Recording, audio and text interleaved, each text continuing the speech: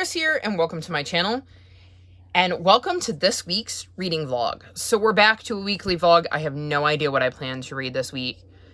I do have a few thoughts. So today is the last day of Cosmas. So I have 3 cozy mysteries to read. I have read part of the Lady Hardcastle. I need to pick up Gone But Not Forgotten. And then I would need to read Purring Around the Christmas Tree, and I just don't know if I'm going to get to that last one. Mainly because it's an ebook, and I have one day to read 2.5 books, and ebooks just take me so much longer to read than regular books, so I just don't know that I'm going to get to it. I would like to hop back into the last Bookaneer and finish that off, because I started that before the readathon weekend. My hair is tragic. I apologize for it. It does whatever it wants these days. And then I think the other thing I'm going to focus on besides my TBR books is I would like to get to Magic Hour. That is the last of my summer covers. And let me see. Yeah, you're not going to be able to see them. I don't know if you can see the tissue box there, but underneath those is where my fall covers are. And I haven't started that video yet. And I've read 3 of them. But I haven't had room on my phone to have extra footage that's just sitting on my phone. So if I can finish my summer covers vlog, then I can take that footage off and film for my fall covers vlog. And then Friday, I can put my summer covers vlog out, but I have to finish that last book first. So I think that's going to be my main plan, is to try to get through my cozy mysteries. And then the bug. Come here. Look, it's a buggy. Come here, bugs. You want to be in the vlog? Come on. He has no idea what I'm doing right now. Anyways, I think my main focus is going to be to read the cozies and then read Magic Hour. And then see what else from my TBR I can get up to this week. I think making progress on my summer covers and 5-star predictions is going to be good for my mental health, because I'll feel a sense of accomplishment. So I think that's where I'm going to start, and we'll see how much I can get through this week. And I don't have any more time-specific readathons. Like, I'm taking part in Bookmas, Lexi's Patreon readathon, and the Reindeer readathon. But those are for the rest of the month, so I don't have a, time crunch where I have to read these sets of books by this date. So basically, I can mood read the rest of my TBR for the month, so we'll see how it goes. And yeah, hopefully I can have a very productive week, because so far I'm nailing my target. If I keep doing this, I will get through my entire TBR this month, though I still have a dozen books that were not on my TBR that I'd hoped to get through this month, so yeah, I don't know about that. Anyways, I'm going to go read and enjoy my Christmas tree, because I will be able to pop that light over there off and still be able to read. So yeah, I'm going to go read, and I will check back in with you at some point to update you on what I've read.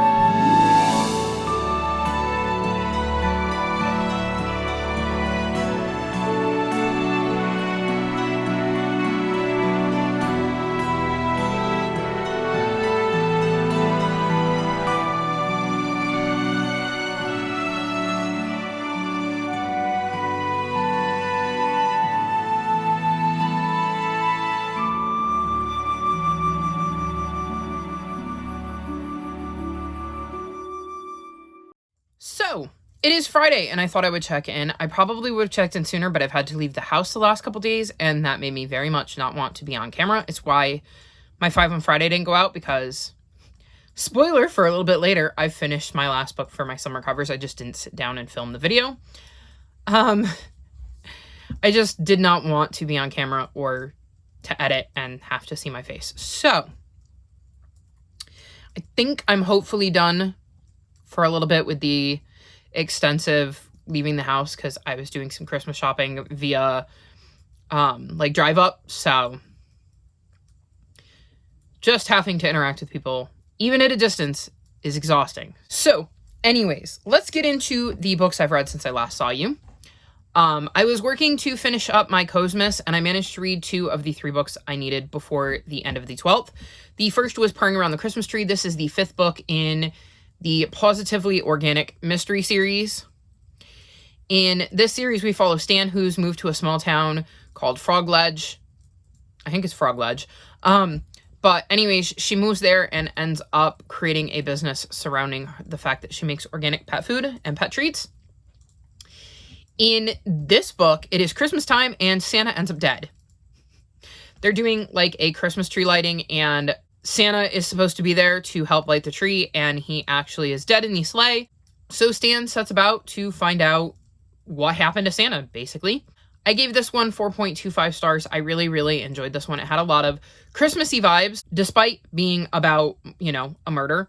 There were lots of twists and turns, and I definitely spent most of the book second guessing who the killer was. I thought the way it played out was really, really neat, and I loved the end of the book and how things tied up and how the book left off. So very much enjoyed this, and it led me to start the 6th book in the series, which I believe is called Murder, She Meowed. I think I'm only on like chapter 3, but it was an ebook, and I got distracted by other stuff. I did not read it right after, but like a few days later, I picked that one up. So I have started book 6, and hopefully we'll be able to make more progress soon, because, well, I really enjoy that series, and if I read that, I believe that would make me caught up on that series. So that would be one of 5 series that I caught up on that I plan to catch up on in 2022. So thumbs up for that.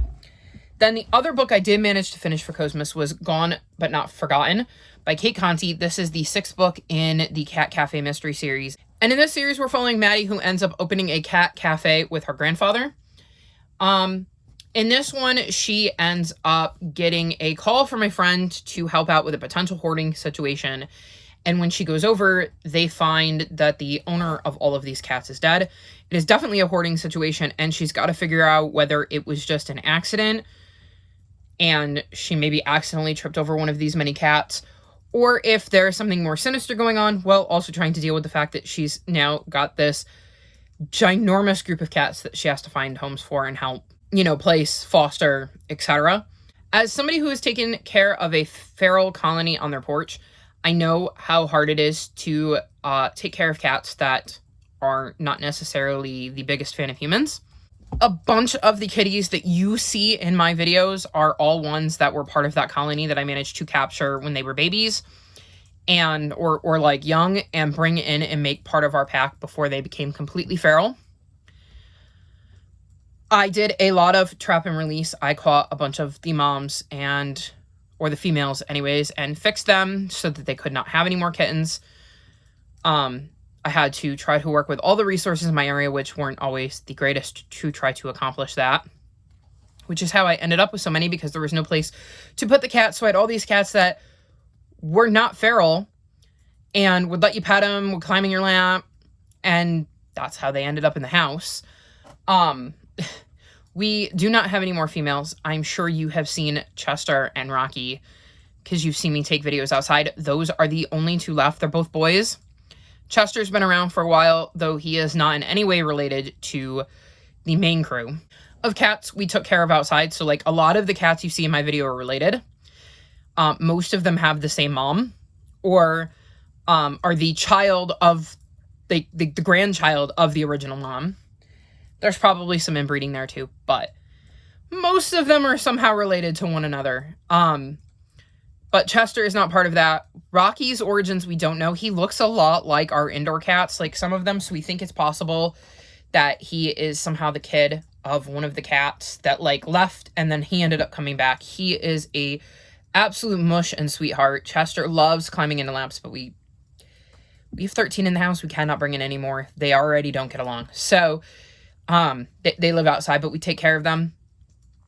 So I know how hard this situation is and how much Maddie has to go through. So I really kind of related to that and the heartbreak you see, because you can also sympathize with the hoarder because, yes, it's awful. She had way, way, way, way too many cats to possibly take care of.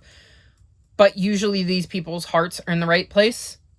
So it is definitely an interesting situation. And like, there's an author's note at the beginning, which, well, actually all acknowledgments at the beginning, and it talks about hoarding. And she, the author said, there are so many facets of animal rescue that are difficult to deal with, but rescuers in hoarder cases are particular angels. While Maddie's hoarder case had a happy ending, many don't, and the animals suffer as well as the rescuers who wish it could have been different. The people who rush in to help in these situations deserve major kudos. So yes, I absolutely agree that it is not always a good situation, but I like to think that most hoarders are probably got their hearts in the right place. They just can't accomplish what they would like to. I'm lucky I did not get to that point.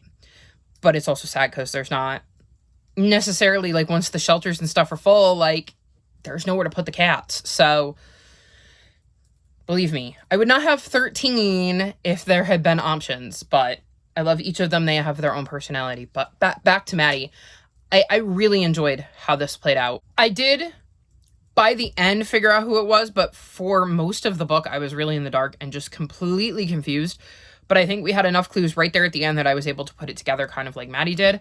I just really, really love this series and will definitely be looking forward to the next book in it. And I don't know if I mentioned, but I gave this 4.5 stars. Then, this is the one I didn't finish on the 12th. I finished it on the 13th, but I didn't quite finish it in time for Cosmas. And that's An Act of Foul Play, which is the 8th book in the Lady Hardcastle mystery series. I think it's the 8th. It's the 8th or the 9th. But anyways, I gave this book 4 stars. In this series, we're following Lady Hardcastle and her ladies maid Flo, and they investigate murders. They live in a tiny town in England somewhere. And in this one, they're out at a play with their friend Lady Bickle, and one of the actors ends up dead. Like, they come back from intermission, and he's just dead on the stage, and so they end up investigating and trying to figure out who done it. I still really, really love this series. I love the charm that it has, and Lady Hardcastle and Flo are a hoot. We get to meet a family member of Flo's in this one, and I thought that was quite interesting and how that played into the broader story and the mystery.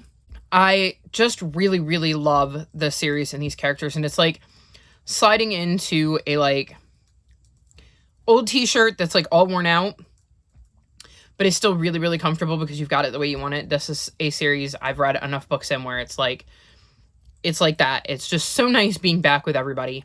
And I really, really love the audiobooks. So it was awesome to have an audiobook to listen to because I missed having their voices in my ears. So really enjoyed that. Really enjoyed this series. Looking forward to the next installment to see what Flo and Lady Hardcastle get up to next. Then the last book I've finished this week is Magic Hour. So I won't be talking about this because this is the last of my summer covers, but I did finally read it, finally finished it, and right before I filmed my summer cover wrap-up video, so hopefully that'll be out next Friday. I'd hope to get it out today, but like I said, I did some Christmas shopping, so that meant there was no way I was going to want to be on camera. So, yeah.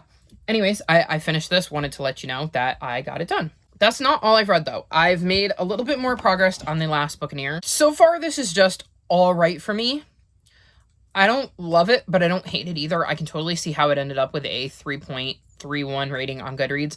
I feel like it's probably going to be right around there, either a 3.25 star or a 3.5 star. So we'll see. I'll probably get back to this at some point. I just was in the mood for something else and chose to pick those up. Because like I mentioned, I picked up the 6th book in the Positively Organic Mystery series, even if I only read a little. And then I wanted a fantasy, so I picked up The Assassin's Apprentice by Robin Hobb. So this is the first in the Farseer trilogy, which we're basically following a boy named Fitz who ends up getting dumped by his grandfather at, I don't want to say like the castle because that's not the right word, but basically he is the bastard son of Prince Chivalry, and basically gets brought to Prince Chivalry's, it's not a palace. I don't remember like exactly where he's brought to, but it's something that is owned by like the royals, and his grandfather just dumps him there and says, he's your problem now.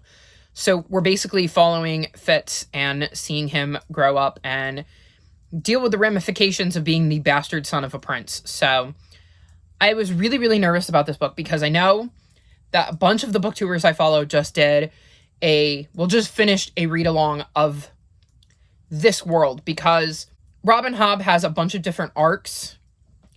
I want to say there's like 16 books in total, so maybe like 5 arcs. Most of them 3, one of them 4, that are all set in this world. I think it might be the realm of the Elderlings. I think that sounds right. Anyways, but it's a bunch of trilogies and they're all set in the same world, and this is where you start. And I was nervous because it's a big commitment, because these are big books and they're adult fantasies, and I was worried I wasn't going to enjoy it. But so far, I really, really am. I'm on page 234, and I'm really, really intrigued. I enjoy Fitz and his point of view. I'm enjoying seeing the politics behind him being this bastard and how that's kind of playing out, and especially how it's changed over time because he's gotten older during this book. I love the interactions he has with the characters he meets. He just met a very intriguing one that I'm very curious to see how that relationship develops and plays out. And yeah, I think this is going to be an overarching series that I really like, not just this trilogy. So very glad I decided to start it, and I have enjoyed listening to it because I'm listening to the audiobook. Fantastic, by the way. And then the only other update I have is that I've started the Final Gambit. So this is one of my 5-star predictions, so I won't be talking about it here, but I have started it. And I'm on page 220, so a little over halfway. And this is the last book in the Inheritance Games trilogy, so at least I think it's a trilogy, so this would be the end of the story. And either way, I'm excited to be able to finish a series, because that was a goal for this year, was to finish series, and I think I've been doing a pretty decent job on that. So those are all the updates I have for you right now. Hopefully I will be able to finish both the Final Gambit and the Assassin's Apprentice before the end of the week. I don't know what else I'll pick up. Depends on my mood. I have so many books I want to read and so little time to do it, especially with the holidays. Like I said, I had to leave the house, which meant less time to read. Although I was listening to the audiobook for Assassin's Apprentice while I was in the car. I just can't listen to it as fast when I'm doing something like that as I could have if I was sitting and reading along, or even just sitting in my room. So hopefully I will have a very successful weekend, and I will probably check in Sunday night or after midnight, so Monday morning, to let you guys know how I did this week. So I just realized I did not tell you what prompts any of these books fit. Let me pull that up. So Purring Around the Christmas Tree, in addition to being one of my sleuths for Cosmos, is the book I was using for the Ice Palace prompt for Lexi's Patreon readathon. I also needed to complete Gingerbread Village, and I will tell you that I needed to drink a cozy drink. Here's my cocoa. So I've got that one too. Then let's see, what else did I read? Gone But Not Forgotten and An Act of Foul Play only completed my prompts for Cosmos, so I didn't have any other prompts attached to them. Magic Hour was only a summer cover, so that was another one that didn't have any prompts attached to it. Which leaves me with Last Buccaneer, which is only my lowest rated, and I'm still in the middle of that. The Final Gambit covers Finish a Series for the Reindeer Readathon, is a 5-star prediction, and is red on the cover for Phase 10 chooses my TBR. And Assassin's Apprentice covers the prompt Want to Read, but maybe overhyped for Reindeer Readathon, and book you are not too sure about for Bookmas. So I'm making progress in my readathons as well. And yeah, I think that's everything I needed to update you on. So I'm going to sign off here so that I can go read and hopefully finish some of these books this weekend.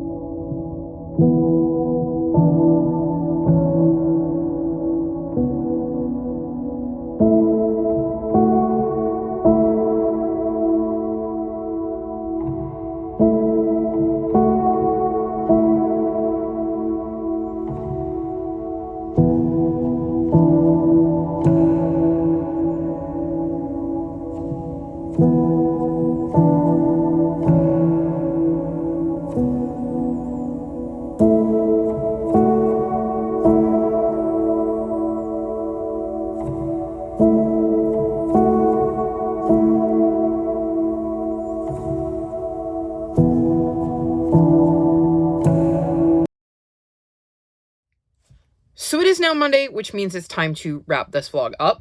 I actually finished a few things since I last spoke to you.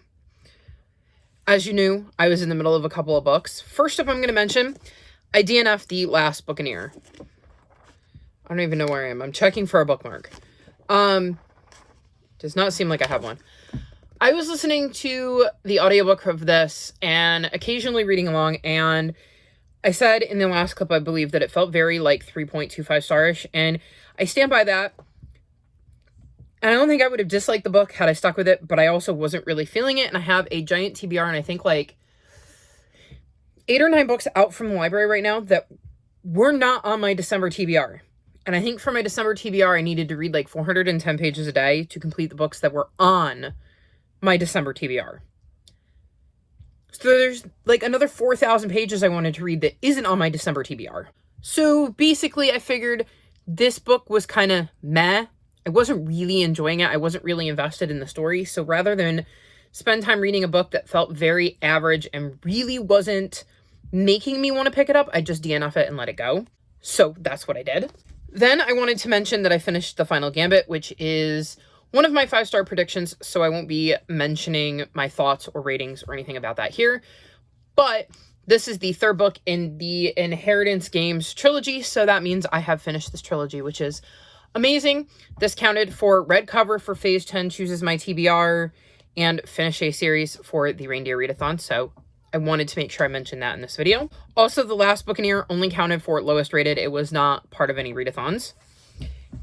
And in Phase 10, I count DNFs. Then I read Nikhil out loud by Maulik Pancholi. And I gave this book 5 stars. I was reading this book for LGBTQIA plus rep for both Phase 10 Chooses My TBR and Mary Bookmiss. In this book, we're following a young boy named Nikhil, who is 13. He's 13, and he is a voice actor. He does the voice of Raj Reddy, a cartoon character. And he ends up going to Ohio with his mom because his grandfather is sick, and his mom wants to spend time with her dad and wants Nikhil to see his grandfather, and it is a big shock going from LA to Ohio. And he's got to start a new school, and he's away from his best friend, and he ends up trying out for the musical and gets the lead, and it becomes this big thing because he's gay, and there's a whole hullabaloo around that, and he's also dealing, like I said, with this sick grandpa, a new location, and his voice is starting to change, which is scary for him because he knows he can't continue to play Raj if his voice is changing. So he's really dealing with just a lot of upheaval, and then all of this, brouhaha that is surrounding the fact that he is gay and out and part of this musical in the lead, and there are a lot of people who really, really don't like that. And it was just such a brilliant book. And so, relevant to the things that are going on now, and I felt so much for Nikhil, and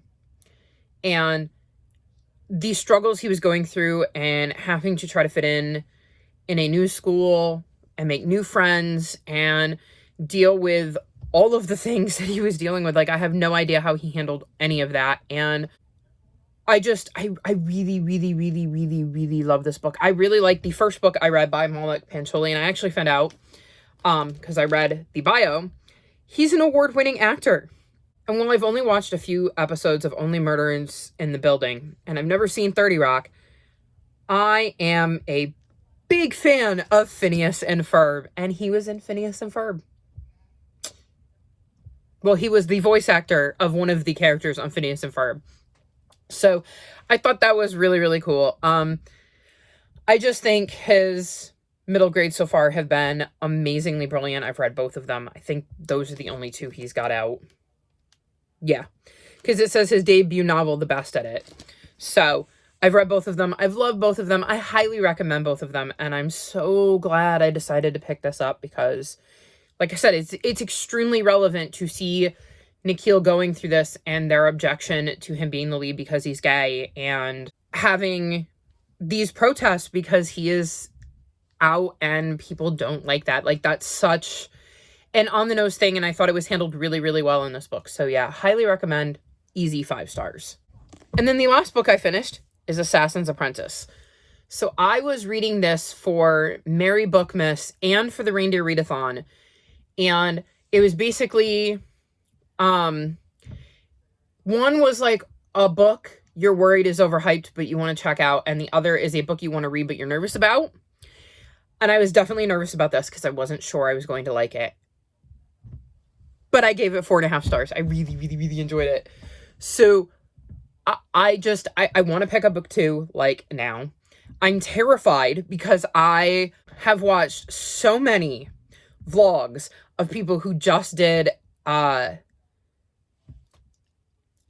Along or something like that. Like, they just finished a read of the Realm of the Elderling books, which this is the first book in that larger realm. And I have seen them be completely emotionally wrecked, like sobbing over some of these books in this overarching series. So I'm terrified, but I also want to know what's going to happen next. So this book definitely made me tear up, and the fact that I'm tearing up in book 1 makes me think I'm also going to sob at some point during the series. But yeah, definitely enjoyed it a lot more than I thought I was going to. Really enjoyed having Fitz as a main character. Very curious as to where his journey is going in book 2, because this book left me with a lot of questions. So I'm very, very excited to get to it, and I've requested it from the library. So spoiler for my January TBR, that'll be on here. We'll see if this vlog gets out before my January TBR gets out. I don't have high hopes about that. We'll see. But yeah, very much enjoyed this and really, really glad I gave it a chance. And then I have one last update. I started Bramble Starstorm. I'm not very far into it. Yeah, that's all I've got to say about that. I'm like 20 pages in, so really nothing crazy has happened. So yeah. So that's it for this week's reading vlog. I think I had a pretty successful week there, even with a DNF. But I struggle with DNFs because I don't like not completing books. And I usually save them for books I'm like really, really not into, as opposed to But this just felt like one where, like, I would set it down, I would pick it back up, and I had no idea what was going on. Every time I would pick it back up, it was like everything I had read before, I had basically put in the recycling bin and deleted from my brain the moment I set it down. So I just feel like it's not a book for me, and I could spend my time reading something else. So yeah, I'm wrapping this up here. All of my social media is linked in the description below if you'd like to come chat with me. If you've made it this far in the video, leave me emojis you would associate with an assassin. Like this video and subscribe to my channel, and I'll talk to you next time. Bye!